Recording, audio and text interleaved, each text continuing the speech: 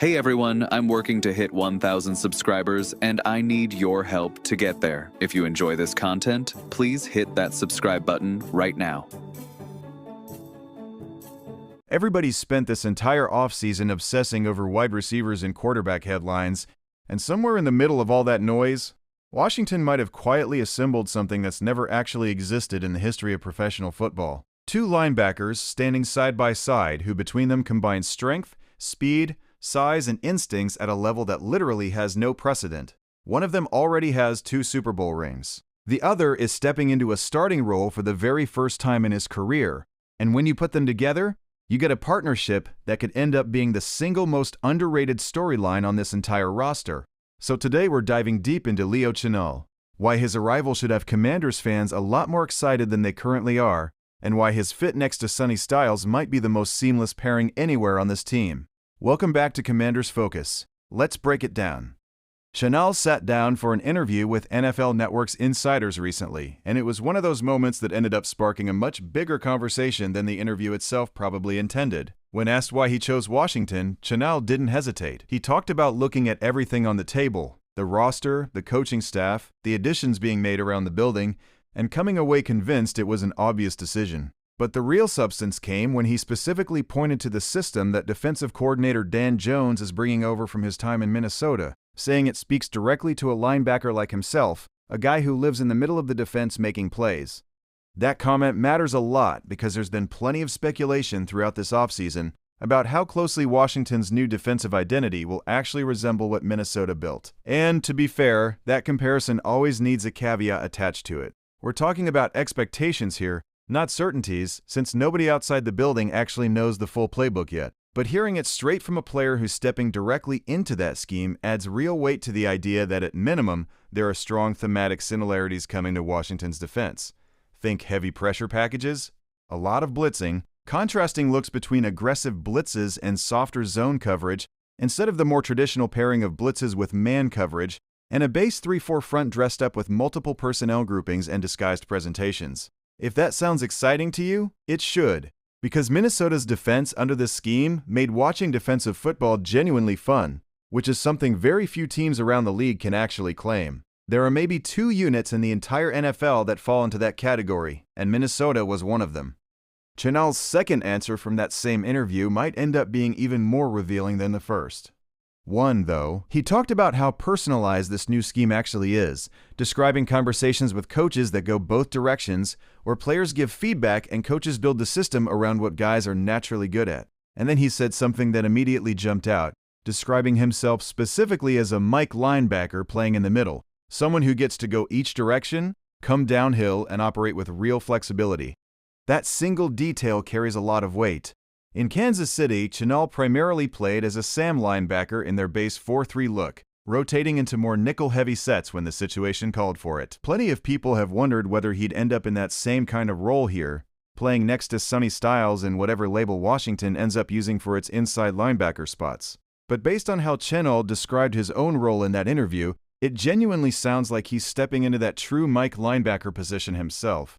Now, that doesn't automatically mean Sonny Styles loses out on being the green dot, the player wearing the helmet radio who receives play calls from the sideline or the coach's booth and relays them to the rest of the defense. Historically, that responsibility usually falls to the Mike linebacker, but it doesn't have to. It's entirely possible for a different position altogether to hold that role, and there's already been chatter earlier this offseason about other players getting reps with that communication responsibility. So whether it ends up being Chenal, Styles, or even someone like Nick Cross taking on that job, the more important takeaway here is simply where Chenal appears set to line up on the field. Let's talk about why that's such a big deal, because Leo Chenal's physical profile is genuinely something else. There might not be a stronger linebacker anywhere in the league right now. Watching him engage offensive linemen, set an edge, or blow up a running lane, you're watching a guy who plays with the kind of raw power that most players at his position simply don't have. Picture that one friend everybody knows who's inexplicably absurdly strong for no obvious reason. That's basically Chenal walking around on an NFL field. Given some of the influences expected to show up in this new defensive scheme, there's a real case that Chenal ends up being used the exact way former Vikings-adjacent defenses have historically deployed similarly built linebackers. lining him up directly over guards in situations that would typically call for a true defensive lineman, essentially treating him like an undersized defensive tackle. In Kansas City, Chenal moved all over the field, but coaches were never afraid to plant him directly on top of an interior lineman in short yardage or pressure situations because they trusted his anchor. Worst case, he holds his ground completely. Best case, he physically tosses the blocker aside and blows the whole play up. And when he's rushing the passer instead of stopping the run, sure, he might not have the most polished pass rush counters in the world, but his sheer power alone is enough to throw an offensive lineman completely off balance, opening up clean lanes for teammates blitzing right behind him. And on top of all that strength, this is a player who still runs in the 4.5 range, giving him legitimate sideline-to-sideline range as well. That's exactly where the partnership with Sonny Styles starts to get genuinely exciting. Think about it almost like a soccer back line, where some defenses use a stopper and a sweeper. The stopper plays aggressive, first to react, first to engage any threat the moment it appears. The sweeper sits a little deeper, patient, reading the play, ready to clean up anything that slips past that initial point of contact.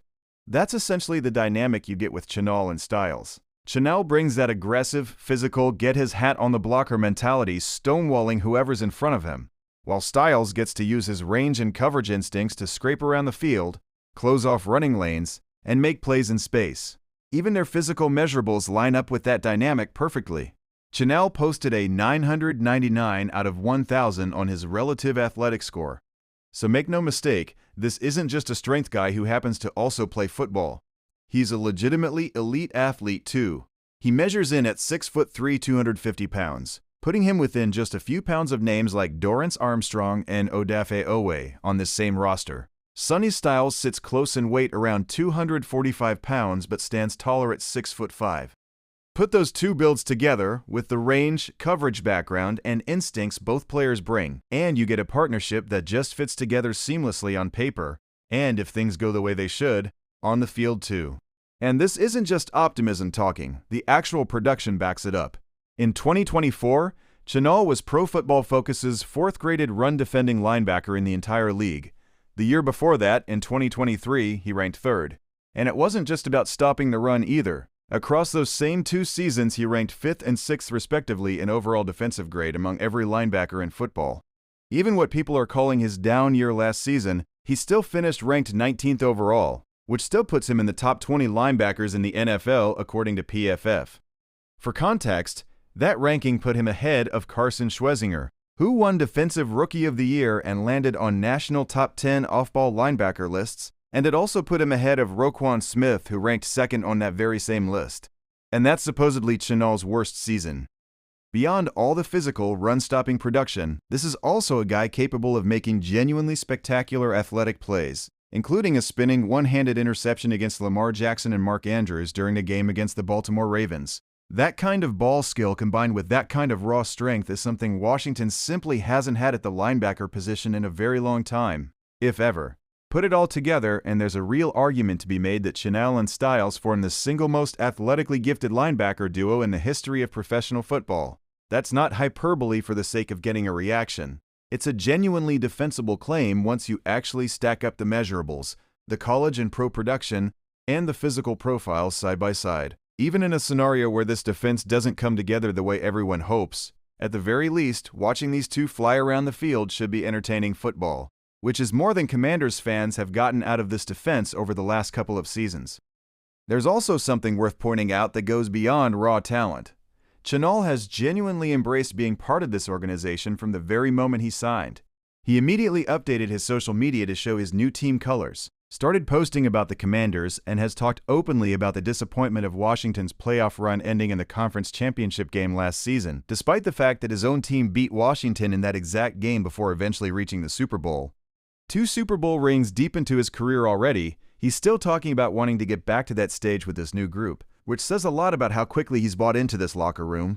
This also happens to be the first time in Chenal's career where he's stepping into a clear, unquestioned starting role, and based on everything he said in that interview, he's stepping into it as the Mike linebacker specifically. Given the longest offseason of his career after missing the playoffs for the first time, there's a real chance he shows up to training camp more prepared and more motivated than ever before. Now, to be clear, Chenal probably isn't going to be the face of this defense.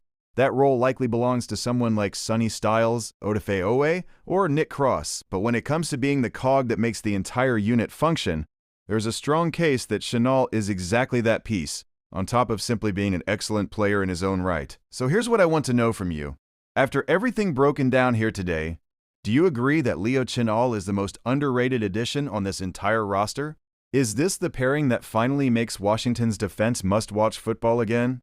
Drop your thoughts down in the comments because I want to hear your actual take on where this partnership is headed. And if you're the type of fan who wants to stay locked in on every single storyline coming out of training camp this summer, make sure you smash that like button, drop a comment with your prediction, and hit that subscribe button so you never miss a single update. Until next time, Commanders fans, hail to the Commanders. Hey everyone, I'm working to hit 1,000 subscribers and I need your help to get there. If you enjoy this content, please hit that subscribe button right now.